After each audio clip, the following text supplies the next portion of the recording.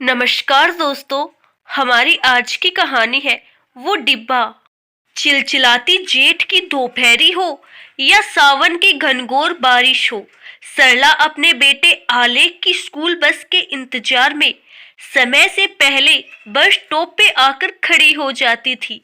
पल्लू से पसीना पोंछती या फिर बारिश की बूंदें हटाते हुए वो बार बार सड़क में दूर तक निगाह दौड़ाती रहती। बस स्टॉप से आलेख को लेकर घर पहुंचने तक उसे लगभग 7-8 मिनट का समय लगता था, लेकिन फिर भी वह साथ में स्टील के एक छोटे डिब्बे में आलेख की पसंद की कोई मिठाई या नमकीन ले आती थी। बस उसे उतरते ही आलेख जब माँ के हाथों से वो डिब्बा झपट लेता तो सरला मुस्कुराते हुए उसे निहारते रहती। गांव की पाठशाला में 5वीं तक पढ़ी सरला किताबों में लिखी बातें तो आलेख को नहीं समझा पाती थी, पर जीवन में पढ़ाई लिखाई के महत्व को वो काफी अच्छे से समझाते थी। यूं 27 साल बीत गए थे। नन्हा सा अब आलेख बड़ा होकर वैज्ञानिक बन चुका था। पिछले 5 सालों से वो यूरोप में था। साथ काम करने वाली मीनाक्षी को आलेख पसंद करने लगा था। मीनाक्षी एक बड़े सरकारी अधिकारी की बेटी थी। फोन पे बताया था आलेख ने माँ को मीनाक्षी के बारे में। अब वो देश लौट रहा था। मीनाक्षी भी साथ आ रही थी। सरला हवाई अड्डे के बाहर बेटे और होने वाली बहू का इंतजार कर रही थी। उसे स्कूल के वो दिन याद आ रहे जब वो बस स्टॉप पे बस के आने का इंतजार करती थी। मीनाक्षी के घर वाले भी एयरपोर्ट के एग्जिट गेट में आ गए थे। उन्होंने हाथों में खूबसूरत फूलों का बुके लिया हुआ था आलेख और मीनाक्षी के स्वागत के लिए। पर बेचारी सरला को ये बुके उक्के का गणित कहाँ समझ आता था। वो तो आज भी आंचल में छिपा कर ले आई थी स्टील का एक डब्बा और उसमें आलेख की मनपसंद सोम पापड़ी। जहाज उतर चुका था।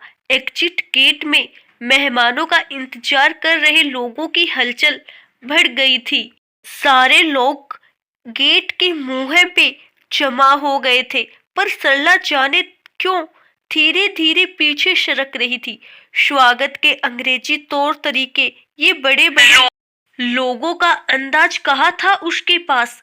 दुनियादारी की दौड़ में बेटे को आगे कर चुकी सरला शायद खुद कहीं पीछे रह गई थी। अचानक उसके आंचल में छिपा डिब्बा किसी ने झपटा तो वो एकदम से घबरा गई। पर अगले ही पल जैसे उसकी आंखों के समक्ष इतना सुखद पल आ खड़ा हुआ था सामने। आलेख खड़ा था बचपन वाली उसी मुस्कान के साथ। आलेख ने माँ के पांव छुए और जल्दी जल्दी खोलने लगा स्टील का वो डिब्बा। चारों सोम पापड़ी को एक साथ हाथ के पंजों में समेटने लगा तो मीनाक्षी उससे अपना हिस्सा छीनने लगी। इसमें माँ जी मेरे लिए भी लेकर आई हैं। बोलते हुए आलेख और मीनाक्षी छोटे बच्चों की तरह एक दूसरे से झगड़ते झगड़ते माँ को लिपट चुके थे।